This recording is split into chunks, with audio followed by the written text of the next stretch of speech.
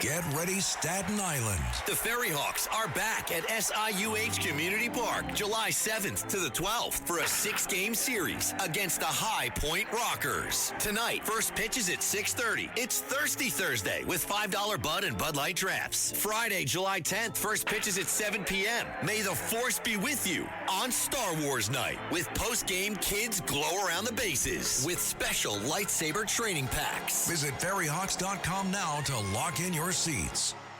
Listen, all you New Yorkers. Excuse me. Taxi. Okay, man, we're looking around. This is the 77 WABC minicast.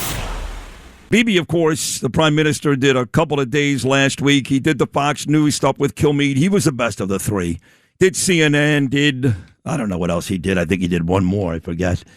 At any rate, he was back on yesterday after the untimely, tragic death of Lindsey Graham because Lindsey Graham, who was very close with my first cousin, Norm Coleman, loved Israel. And Bibi loved him. And of all the people I saw on Fox News yesterday morning, I appreciated the Prime Minister of Israel's appearance the most, because in a world with growing anti-Semitism, where so many politicians here in the United States spend all their day criticizing Bibi and Israel, that relationship, Bibi, Graham, and Israel, was beautiful. So with that said, I am honored. I really am. I'm so happy to have this here. Here is the amazing Prime Minister of Israel, a man I call a friend, Bibi Netanyahu. Mr. Prime Minister, good morning. How are you? Good morning, Sid. I'm in tatters, actually. I'm shocked. Nobody expected that. Lindsey Graham was a great American patriot, a great friend of Israel, and a great personal friend of mine. And he had such vitality, such energy, that to hear that his life was cut short in one fell swoop is a great shock. In fact, we were talking a few days before, as we did all the time, about how to advance security, how to win the war against Iran, finish the remnants, and then move on to a broader peace, which he very much believed in and devoted his life to. So it's a great shock and a great loss for America, a great loss for Israel, a great loss for our great alliance.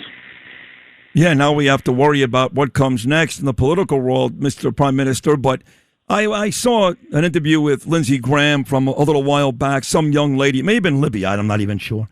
But she asked him, she said, well, what do you love most about Israel? And he said, and I said the same thing in an interview I did when I was with you at JNS just a couple of weeks ago. So he said the people. He said the resilience, the courage, the love for country, the patriotism. So he understood, Lindsey, that the Israelis, Mr. Prime Minister, are a special brand of people. Yes, I think he understood that, but I think he also understood that the security of Israel and America are intertwined because Israel is the one country in the Middle East that is holding the Middle East together, that is preventing the Islamist radicals from taking over the Arabian Peninsula, the Jordan next to us, Egypt on the other side. Israel's strength is America's strength. He understood that. And he followed through on that also in the Senate and various legislation and throughout the years. In fact, I said yesterday that he actually often said to me, you're not getting enough aid. And I said, well, Lindsey, I think we are, you know. He said, no, I'm going to up it, and don't interfere. And sometimes I tried and failed, but he would, for example, the ballistic missile defense, the defense against these horrible projectiles falling from the sky, you know. It's a bus full of explosives, one-ton explosives falling and destroying half a neighborhood. He said, no, I'm going to increase the budget. So he was absolutely clear. He was courageous. Let me tell you something else about Lindsey. He was very, very funny. I mean, he could break you up because he has such a wry sense of humor and sometimes, a very pithy remark. He was just superb in every way.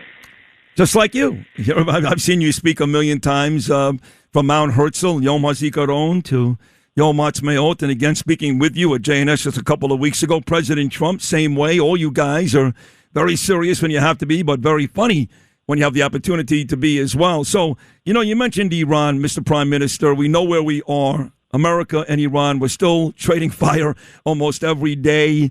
Seems like there is some peace between you and Lebanon at this point. But overall, are you happy with where we are today in the American-Iran war and you guys with Hezbollah? Well, if you compare it to where we were on October 7th, Israel has had the greatest comeback in history after the horrible massacre we sustained on that date. On October 7th, Hamas invaded us, butchered our people, raped and then murdered our women, burned our babies alive. And people thought that, and the next day Hezbollah joined them. So people thought that this is the end of Israel. This was Iran's plan to use its proxies for simultaneous invasions and to carpet bomb us with ballistic missiles and rockets. Didn't quite work out that way, because when you see where we are, 3 years later, Iran has been itself hurt very badly by our joint operations, America and Israel. The regime has been decapitated in many ways. We hit their navy, their air force, their economy, their money machines. Everything is gone. And yes, they are still trying to negotiate their way out of this, but they're a much weaker Iran. Their axis of evil, their proxy, Hamas, is a shadow of its former self. We're in Gaza, preventing them from being able to reach our communities nearby.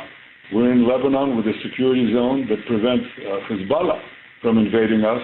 We've knocked out about 9,000 of their terrorists, knocked out their leadership, Nasrallah, knocked out almost all of their 150,000 ballistic missiles and rockets that were aimed at Israel. There was no such concentration of precision weaponry on Earth, nowhere. It's gone. Nearly about 8% of it is left. So we knocked out Assad's regime by knocking out Hezbollah. So basically the link between Iran and Hezbollah in Lebanon, which was Syria, is gone. And of course, we knocked out half of the Houthi leadership. So when you look at it, we've given a battering to the Iran terror axis. Parts of it are still there, it's still present, but it's nowhere near where it was before. And that's not only good for the Middle East, it's good for the entire world. No Still question. have to do a few things. Yep. Not done yet, right? Not done yet, Mr. Prime Minister. But I will tell you, one of the funny exchanges. I would say a lot. Yeah. Not done yet. A lot. Done a lot. Okay. A lot. Okay. One of the funny exchanges I had with Dr. Falk last week, he was on literally the day after Trump was with Erdogan. And I'm with you. We cannot give Turkey F-35s. We just can't do that. It's ridiculous. The notion is just ridiculous. He said, well, we agree on about 99% of the stuff with President Trump. And I said, maybe that number is just a little lower. I know Trump loves Bibi and Bibi loves Trump, but maybe that number is just a little lower. But what is the real relationship right now, Mr. Prime Minister, between you and President Trump? Well, it's never been better. I mean, one of the things that characterizes our friendship is that we talk openly with each other. Friends don't agree on everything, and sometimes they disagree.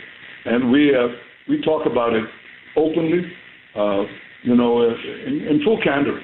And I said to him that I think the fact that Erdogan and his administration are talking about the destruction of Israel, the conquest of Jerusalem, that's what one of his ministers said the other day. I look forward to being the governor of Jerusalem.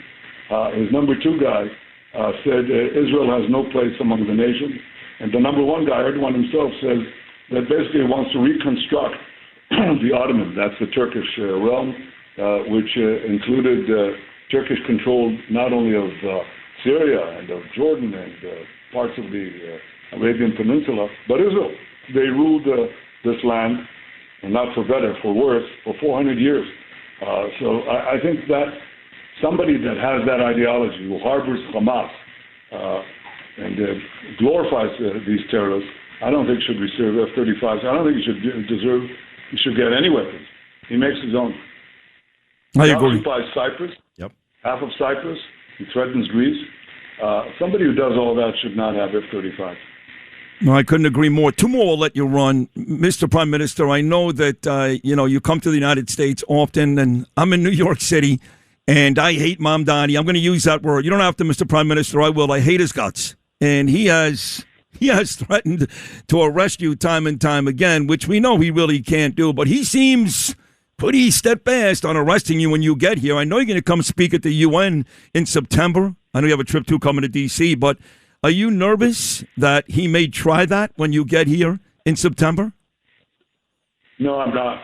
I think he should look at who he's condemning, who he's praising.